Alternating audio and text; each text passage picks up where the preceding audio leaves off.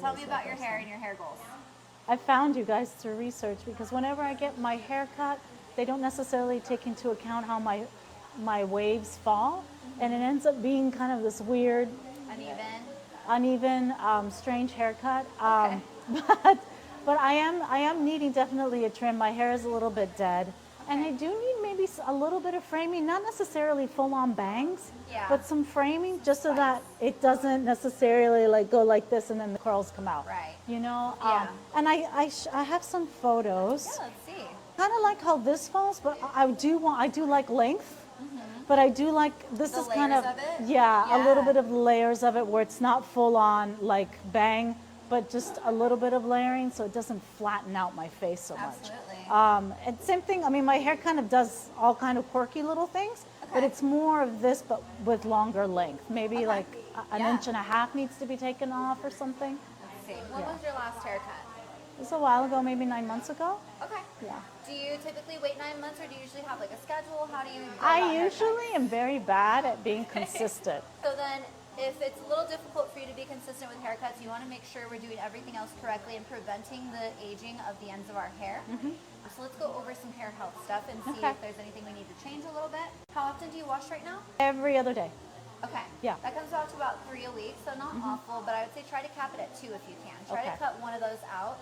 Okay. The cheat code for that would be using pretty warm water, scrubbing your scalp with your fingertips as if you have soap, but just don't use any. Oh. And then you can go about your styling routine, and when your hair is dry again, if you feel like you want to try some dry shampoo to help you stretch that last one, go for it. Okay. Yeah, I'd rather you do that than to over dry your ends, your midst to ends. Yeah.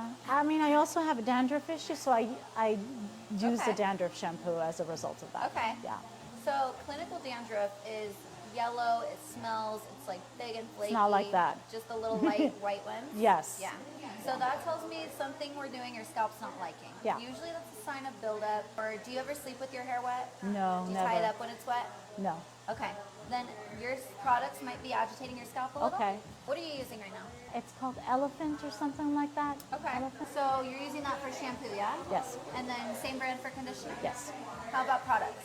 Stylist? Not very much. Honestly, less is more, and if you're using products that are helping to hydrate, it's okay. However, I would recommend the Inner Sense line that we use, only because right now it's the only thing that is clean chemically, it doesn't build up on your hair, and its focus is hydrating with water rather than being product dependent. So it's going to help kind of prevent the drying out longer. Okay. So I'll introduce you to that. I'll show you kind of what I would use in your hair and why. So the fact that this down here is see-through tells me that we're having a little bit of breakage.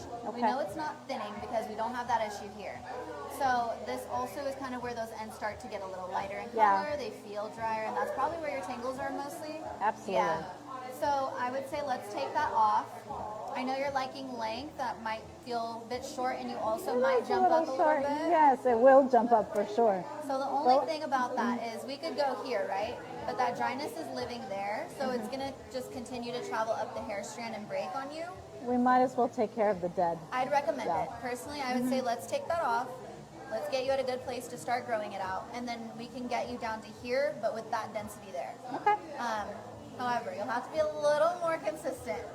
Our ends dry out around 3 months, so try to at least like dust them around like 4 or 5 months if you can. Okay. After today, you have the option for a cut to go to, so that's quicker, easier.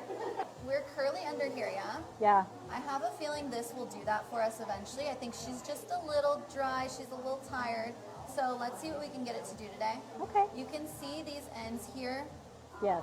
they get sparse as you go down. So adding layers in is going to help peel some of that off. I know you said you want some layers, so the more layers you have, the more shape and volume you're going to get, and the more movement and dimension. So with that being said, are you okay with kind of shorter layers like in here? Yeah, I mean, As long I'm as it can curious. go up? Yeah, you know, up, but